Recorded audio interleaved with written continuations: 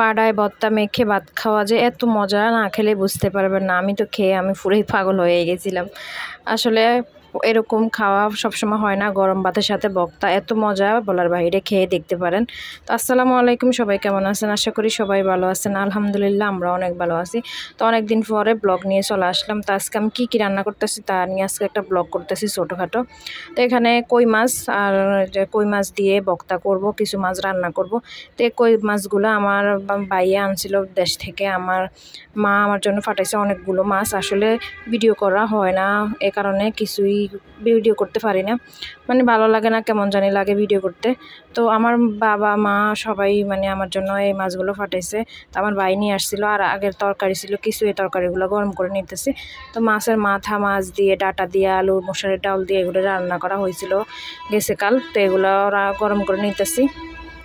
আর এখানে এই যে কই মাছগুলো দিয়ে ভর্তা বাটবো।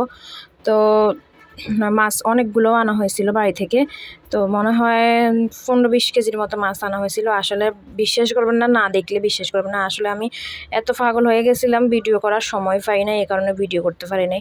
তো আস্তে আস্তে করে মাছগুলো খাইতেছি, কোরবানের পর পর্যন্ত খাইতে পারবো এত মাছ আনছে। তো কই মাছ, বিভিন্ন ধরনের মাছ আনছে, শিং মাছ, শোল মাছ, কই মাছ, টাকি মাছ, তারপরে নলা মাছ, সব ধরনের মাছে আনা হয়েছিল। তো এগুলো আস্তে আস্তে করে খাইতেছি, ঈদের পর পর্যন্ত খাওয়া যাবে এত মাছ আনা হয়েছিল।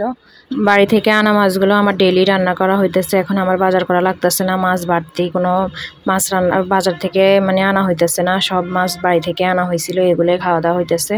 তো আসলে আমি ভিডিও করার কারণে, অলসতার কারণে সবাইকে ভিডিও করে দেখাইতে পারলাম না, এ হয়েছে অবস্থা।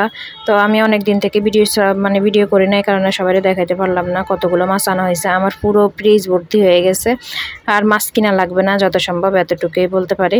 তো এই যে আজকে ভর্তা করব, তো কাঁচামরিচের ভর্তা। কাঁচামরিচ আসলে কম হয়ে গেছে, ভর্তাটা ভালোই হয়েছিল, অনেক মাছ দিয়েছিলাম। আর এখানে মাছের ঝোল রান্না করবো, আলু দিয়ে টমেটো দিয়ে, সব আগে কাটি রাখা হয়েছিল। এই যে টমেটো গোল গোল করে কেটে রাখলাম, আর মাছগুলো ভালো করে ডোলে। তো দেশের মধ্যে সুন্দর করে পরিষ্কার করা যায়, এখানে তো পরিষ্কার করা যায় না, তাও অনেক চেষ্টা করে পরিষ্কার করা হয়েছিল। এগুলো মানে ঘরের মাছ, এই কারণে বেশি কালো। আর এখানে বাজারের মাছও কিছু ছিল। তো এখন এক পাশে এই যে ভর্তার আইটেম করতেছি, আর এক পাশে রান্না করব, মাছ ভুনা করব। এখানে সব কিছু আস্তে আস্তে হলুদ, মরিচ, লবণ, রসুন সব কিছু দেওয়া হইতেছে আস্তে আস্তে। তো ভালো করে কষিয়ে আলুটা দিয়ে দিব। এখন ছোট ছোট করে কুচি করে আলুটা দিয়ে দিলাম।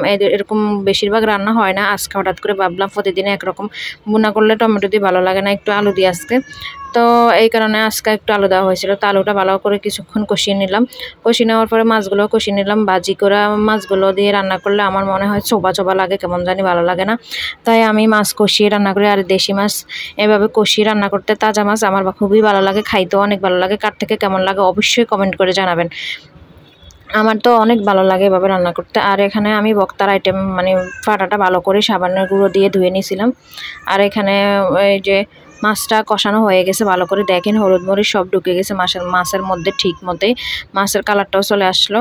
তো অনেকক্ষণ ধরে কষাইলাম, এখন পানি দিয়ে দিলাম, আর পানি দিব না। তো লবণ দেওয়া লাগতো, কিছুক্ষণ লবণ দিব। আর ডিম সিদ্ধ করছিলাম, বাপ মেয়ের জন্য 2টা ডিম সিদ্ধ করছিলাম, আমার জন্য করি না দেখে অনেক বকা শুনতে হয়েছিল। আমার কেন জানি ভালো লাগতেছে না, তাই নিজের জন্য করি নাই।